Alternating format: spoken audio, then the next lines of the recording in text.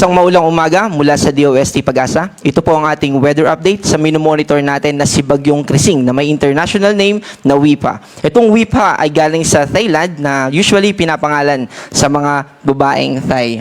Base sa ating latest satellite image, by the way, kaninang alas 8 ng umaga ay mas nag-intensify pa dahil nasa katubigan na itong si Bagyong Krising, nag-intensify ito from tropical storm to severe tropical storm. Pero dahil malayo na siya sa ating bansa, ay wala na tayong itataas na signal number 3. At mananatiling signal number 2, yung pinakamataas natin na issuance. At kaninang 11 ng umaga, itong satellite image natin kasi ay 10 a.m. Pero kaninang 11 ng umaga, ay totally lumabas na ito ng Philippine Area of Responsibility.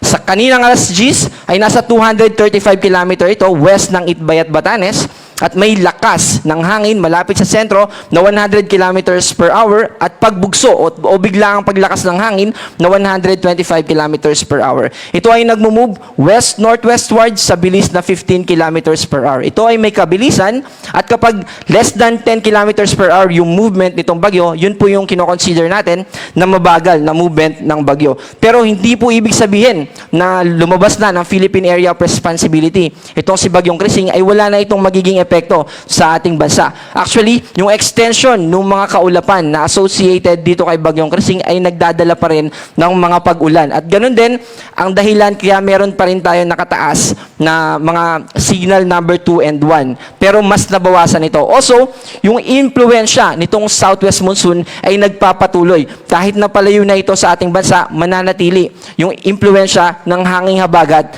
at ito ay magdadala pa rin ng kaulapan at mga pag-ulan. Kasama dyan yung Metro Manila, yung western part ng Central Luzon, western part ng Southern Luzon, western part ng Visayas at Mindanao. Base sa ating tropical cyclone warning signal, nakataas pa rin sa signal number 2 yung northwestern part ng Babuyan Islands at ganun din yung northwestern part ng Ilocos Norte. At signal number 1 naman dito sa natitirang bahagi ng Ilocos Norte at natitirang bahagi ng Babuyan Islands. Signal number 1 din dito sa probinsya ng Apayao, Cagayan, Kalinga, Abra, Ilocos Sur at northern part ng probinsya ng La Union. Base dito sa ating forecast track, nitong nilabas natin na bulletin, Tropical Cyclone Bulletin kaninang alas 11 ng umaga, ito ay babaybayin niya itong karagatan dito sa pagitan ng Philippines at China at pupunta ito sa southern China. At mag-i-intensify pa ito from severe tropical storm papunta sa typhoon and eventually ay hihina na ito at babalik sa severe tropical storm, papalayo na sa ating bansa. Ito po yung ISO Hyatal map natin or analysis. Ito yung mapa ng mga pag-ulan na naranasan natin kahapon base sa mga synoptic station or mga stations natin sa Pag-asa. Kung mapapansin natin, yung mga pula, yan po yung mga lugar na kung saan torrential rainfall yung ating naranasan, about 200 millimeters. At yung orange naman, yan yung mga lugar na kung saan nakaranas tayo ng intense rainfall, about 100 millimeters. At pababa po yung value niya. Ang reason po kaya natin ito pinapakita ay para malaman ng ating mga kababayan. Ito yung mga lugar na mas inulan kahapon at kapag magpapatuloy yung mga pag-ulan, mas mataas yung tsansa ng mga pagbaha at pagguho ng lupa. At pinag-iingat natin yung mga kababayan natin, lalo na dito sa northwestern part ng Luzon. Also, dahil sa habagat, meron ding matataas na rainfall na na-observe tayo dito sa Occidental Mindoro at ganun din dito sa Coron, Palawan. At dahil bukod dun sa epekto ng lakas ng hangin na dala ng Bagyong Krising, meron ding lakas ng hangin na associated dito sa habagat.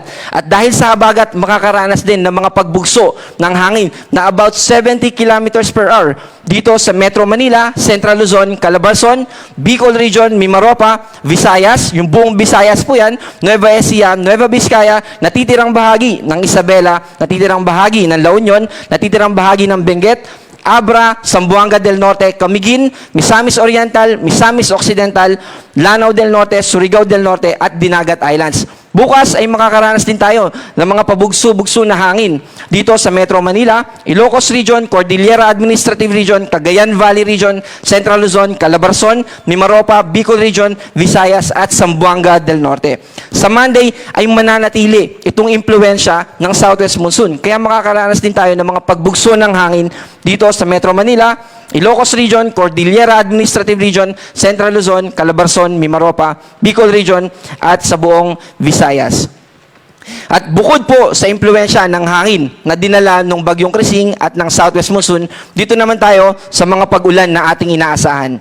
Maaari pa rin makaranas ng 200 or above na rainfall yung mga probinsya natin dito sa Ilocos Norte, Apayao, Abra at Ilocos Sur. Ibig sabihin, kapag 200 and above, widespread floodings ang maaari nitong maidulot. Kaya pinag-iingat natin yung ating mga kababayan dito sa northwestern part ng Luzon. Dito naman sa mga nakataas ng orange, ito yung 100 to 200 millimeters na inaasahan natin na pag-ulan.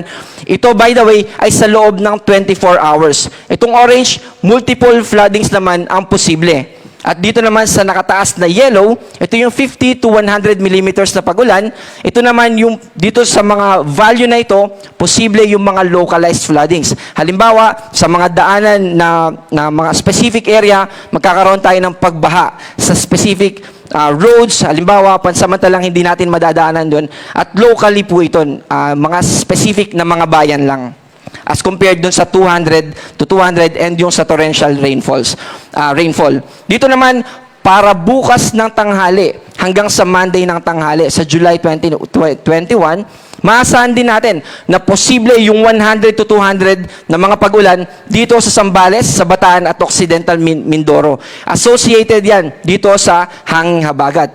At 50 to 100 naman dito sa Pangasinan, Tarlac, Pampanga, Bulacan, Metro Manila, Cavite, Batangas, ganoon din dito sa Oriental Mindoro, sa Romblon, sa Aklan, sa Antique at sa Palawan. Para naman sa Monday ng tanghali hanggang sa Tuesday ng tanghali, meron pa rin tayong inaasahan na impluensya nitong Southwest Monsoon.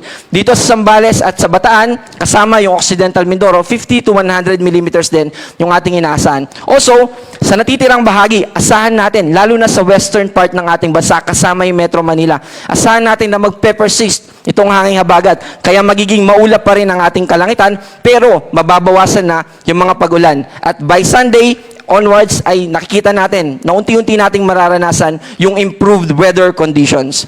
Meron din tayong nakataas na gale warning. Ito yung babala na may kinalaman sa matataas na alon. Kaya inaabisuhan natin at gusto nating paalalahanan yung mga kababayan natin dito sa Batanes, sa Babuyan Islands, sa northern coast ng Cagayan at sa Ilocos Norte na mag-ingat at nakadepende po, makipag-coordinate tayo sa ating Coast Guards para sa posibleng kung papayagan tayo na maglayag. Pero hindi po natin ina-advise, lalo na yung sasakyang pandagat na maliliit lang. At kung maaari, ilayo natin ito sa mga baybayin dahil posible yung mga alon na umabot ng 4.5 meters. Meron din tayong nakataas na storm surge warning. Ibig sabihin ng storm surge, ito yung taas ng alon na associated sa mga bagyo. Iba po ito sa tsunami. Yung tsunami naman ay dahil sa earthquake o sa mga lindol. At gusto natin paalalahanan yung mga kababayan natin na nakatira dito sa baybayin ng Batanes, Babuyan Islands, Ilocos Norte, at yung dulo nitong Ilocos Sur na pinag-iingat natin, lalo na kung nakatira tayo o yung bahay natin ay nakatirik malapit sa karagatan. Posible, kapag nagka-storm surge, ay madama yung bahay natin. Kaya umiwas muna tayo at ilayo din natin yung mga sasakyang pandagat natin sa baybayin.